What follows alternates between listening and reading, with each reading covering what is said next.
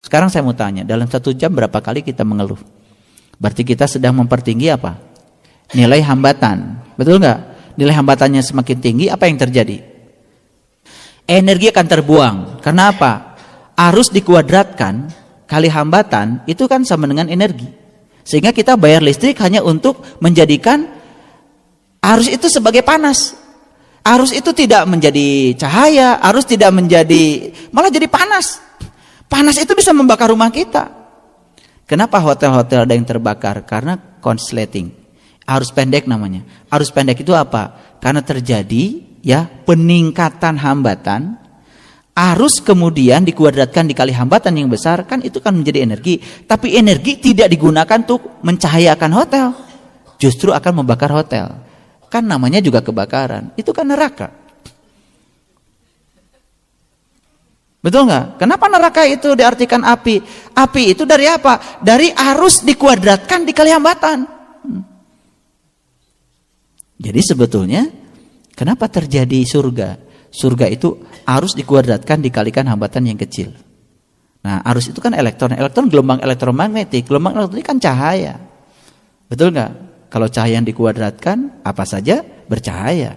Jadi lapang. Makanya kita sedang menuju ke sana, ke yang bebas hambatan. Nah, itu yang disebut dengan mutasyabihat. Nah, sekarang mari kita tanya sekarang. Kita kalau Quran baca yang muhkamat, yang biasa, nggak ngerti. Baca yang mutasyabihat, apalagi tambah nggak ngerti. Jadi jangan dulu mengklaim bahwa saya ini ahli ma'rifatullah, ahli baitullah. Itu klaimnya terlalu lebay itu. Kalau bahasa anak kita itu sotoy gitu. Jadi buru-buru mengklaim diri sebagai itu. Padahal indikatornya kan jelas, betul nggak? Jadi sekarang pulang dari sini, coba dites. Begitu baca Quran, ya, baca Quran, jangan satu surat, satu ayat saja. Kok ayat pertama nggak nyambung? Kali ayat kedua nggak nyambung. Ayat ketiga nggak nyambung. Ayat keempat makin nggak nyambung. Ya sudah cukup menyatakan bahwa sebetulnya kita belum mendapatkan Alkitab yang sejati. Karena ciri orang yang sudah mendapatkan kitab yang sejati, dia jadi ulul albab. Begitu dia ulul albab, apa saja yang disampaikan Allah dia mengerti.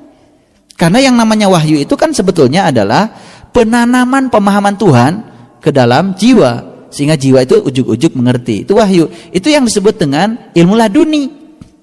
Jadi ilmu laduni itu bukan nanti akan saya ajarkan ilmu laduni. Bukan begitu. Ilmu laduni tidak bisa diajarkan orang. Yang diajarkan orang ya pasti berita. Yang diajarkan orang pasti pendapat.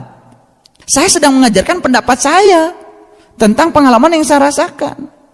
Bahwa ada korelasi, ada resonansi, alhamdulillah. Ketika tidak ada, ya nanti akan ada. Waktunya belum sampai. Gitu. Tapi bukan berarti ditawarkan, mau nggak ajarkan ilmu laduni? Kalau ada yang orang menawarkan ilmu laduni, itu pasti nggak benar. Karena ilmu laduni tidak dari orang, itu kan dari min amri rabbi, dari sisi Tuhan. Gitu. Bisa dipahamkan?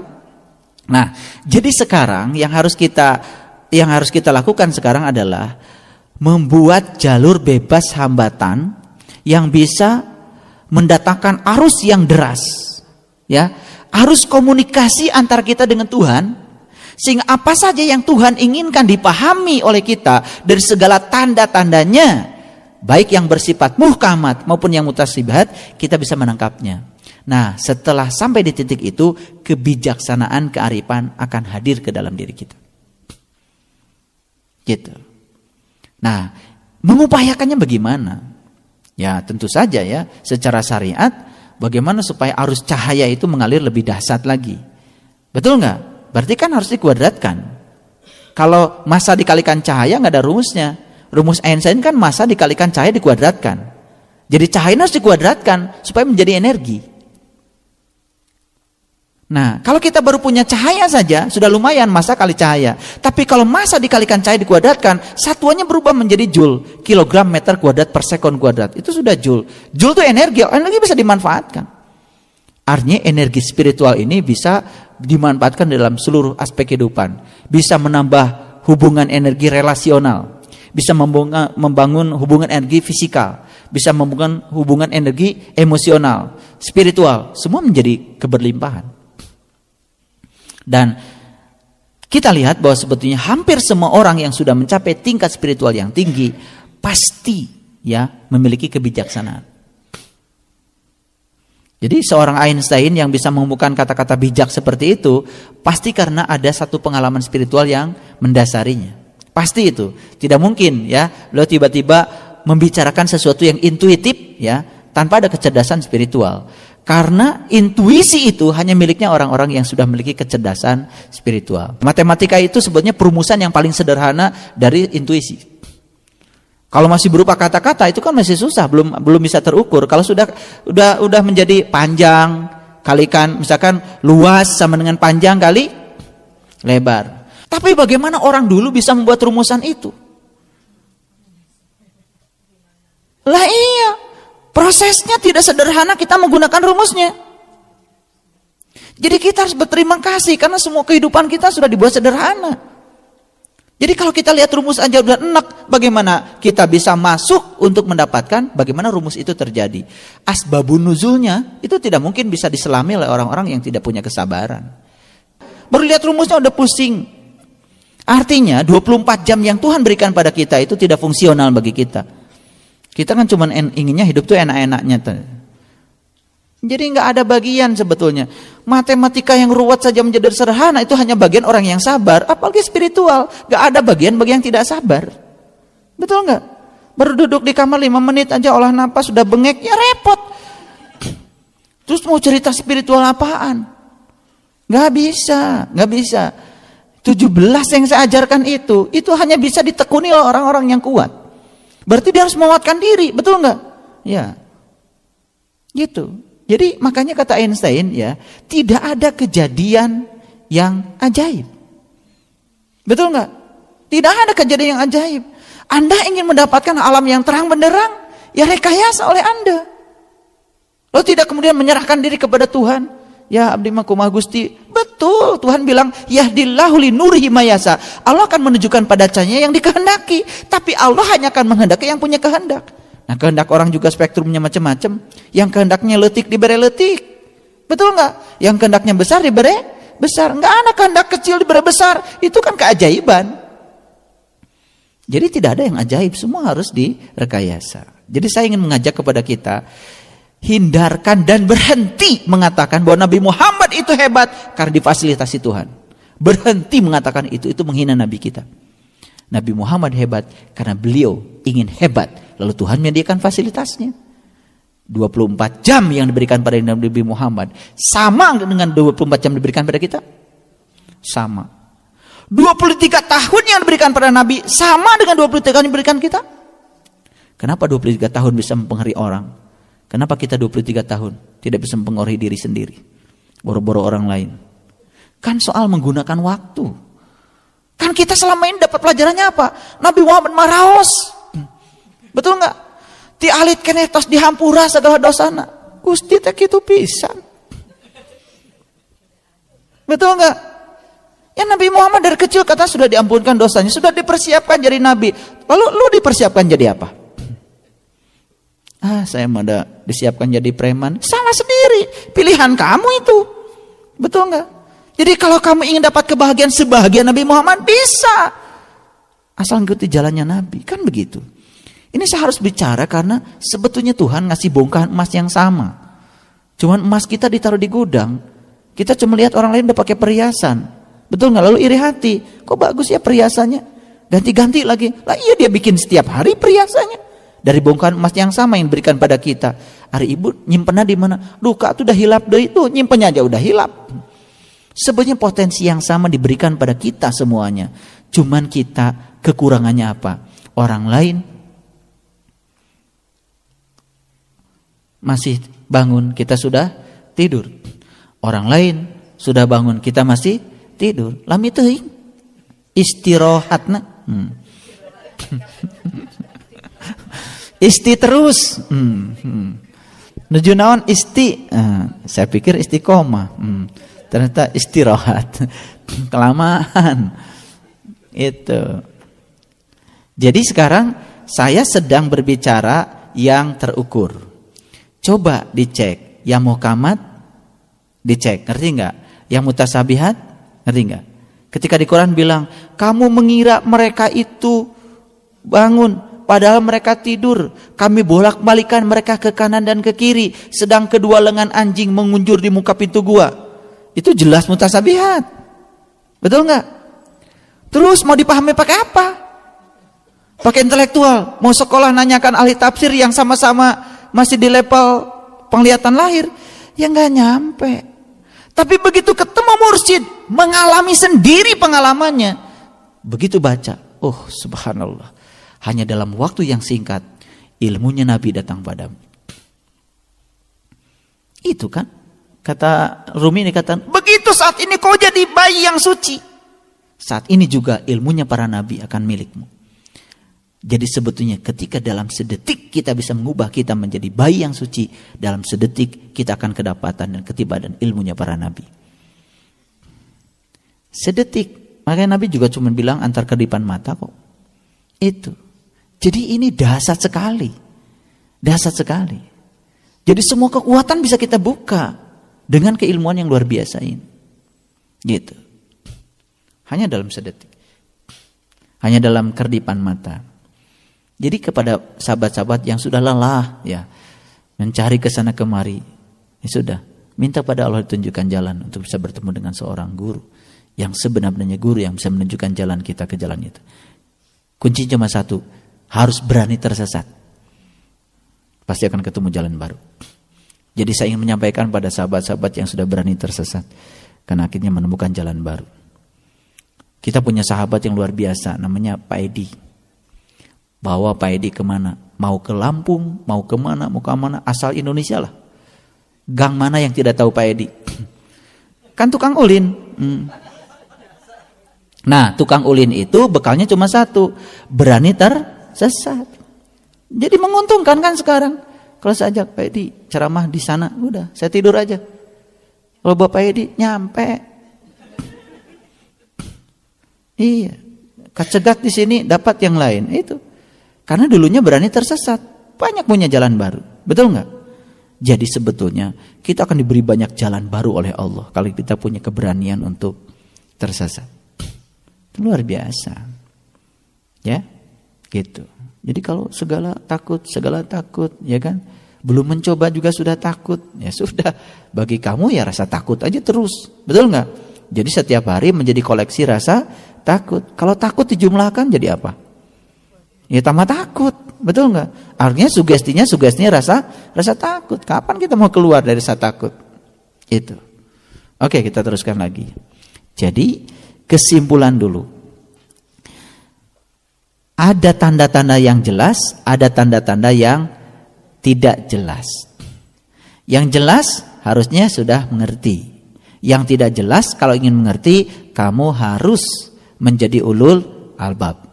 Untuk menjadi ulul albab, kamu harus minta bimbingan Allah agar dipertemukan dengan seorang kepanjangan tangan Allah yang akan bisa menolongmu ke jalan Shiratal Mustaqim. Kuncinya cuma satu, berani tersesat, ketemu jalan baru. Itu kesimpulan. Baik, kita lihat di ayat yang berikutnya, ya.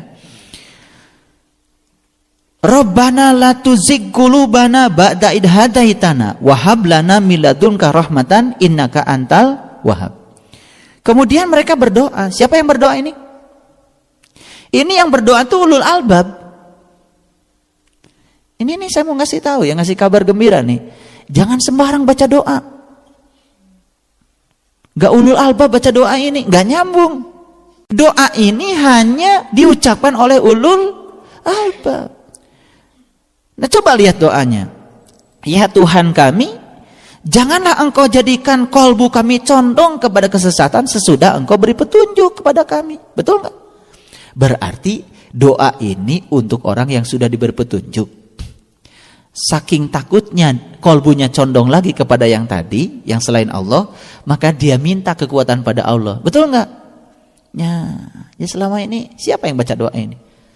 Semua, kata Allah, GR aja lo, gak ada bagian untuk kamu. Betul gak? Iya. Jadi kalau mau baca doa itu, ini pas gak? Gitu. Kan harus ada pasangannya. Lalu kita mulai menghukum Allah. Kata ya Allah, kenapa ya kalau saya sudah doa Robbana la tuzigh qulubana, jangan goncangkan lagi kalbu kami, jangan pesongkan lagi kalbu kami setelah kami. Kata Allah, emang kamu kapan imannya? Betul nggak? Emang kapan kamu mendapatkan petunjuk? Betul nggak? Kapan? Kok tiba-tiba kamu doanya kayak gitu, kan aneh. Betul nggak? Saya ingin mengajarkan kesadaran supaya jangan cuma asal Robbana di Quran kemudian kita baca tanpa kesadaran. Coba lihat dengan cerdas. Ya Tuhan kami, janganlah Engkau jadikan kolbu kami condong kepada kesesatan sesudah Engkau beri petunjuk kepada kami. Dan karuniakanlah kepada kami rahmat dari sisi Engkau, karena sesungguhnya Engkaulah Maha Pemberi karunia. Jadi rahmat itu adalah kekuatan Tuhan. Ya, kapan kekuatan Tuhan akan diberikan pada seseorang? Kalau dia minta dikuatkan. Betul nggak? Jadi kalau begitu, bagaimana cara Tuhan menguatkan kita? Ya ditabrakan kita dengan tadi semua hambatan itu. Harus ada hambatan. Harus ada. Ya. Harus ada hambatan. Kita baru merasakan betapa indahnya memiliki setelah kita kehilangan. Jadi harus kehilangan. Betul nggak? Kita baru merasakan betapa indahnya sehat setelah sakit. Berarti harus sakit. Gitu. Nah, kita sebut rahmat itu apa selama ini? Rahmat itu kita sebut apa? Kita sebut harta berlimpah didapat dengan cara yang mudah. Betul? Padahal bukan. Rahmat itu semua hal yang menjadikan kita menjadi tambah kuat. Jadi kalau gitu masalah rahmat. Rahmat. Ya. Yang kita tidak sukai hadir dalam kehidupan kita rahmat. Rahmat. Kalau itu dikelola untuk menjadi rahmat. Tapi bisa juga kalau dikelola kan jadi laknat. Ya. Awas, rahmat jangan sampai jadi laknat.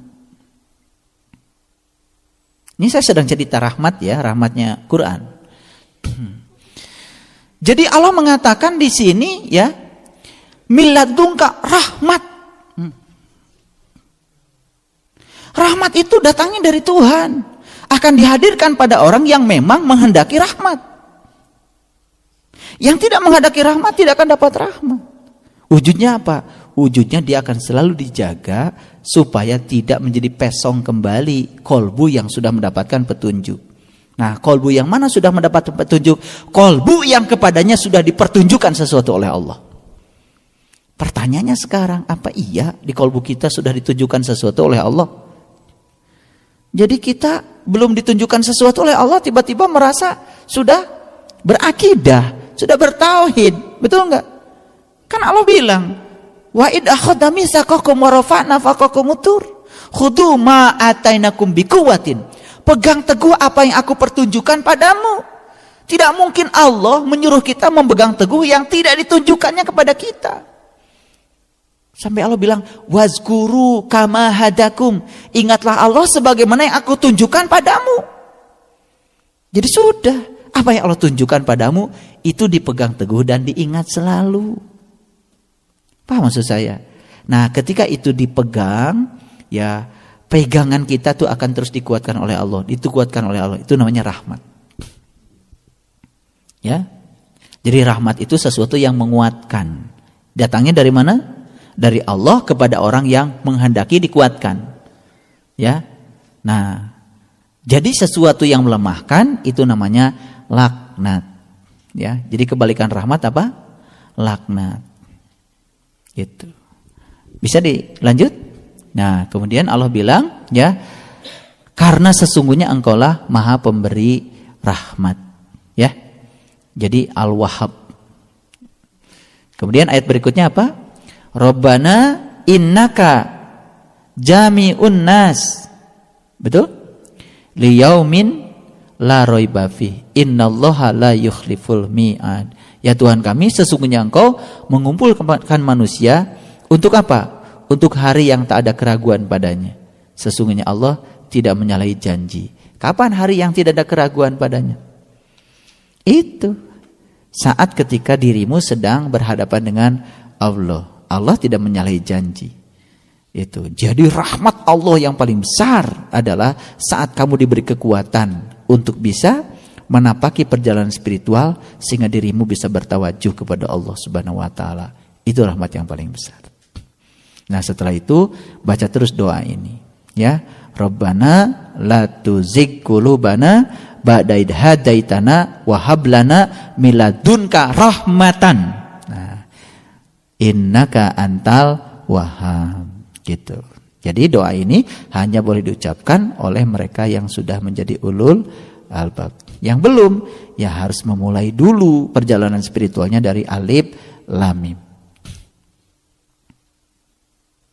Gitu. Nah, begitu kita mendapatkan rahmat, itulah yang dikatakan Einstein tadi. Itu adalah keajaiban. Jadi jangan merasa bahwa rahmat Allah datang pada kita karena upaya kita. Betul? Jadi jalan yang kedua tadi, menganggap apa yang terjadi sebagai suatu keajaiban. Begitu sudah terjadi, itu anggap keajaiban.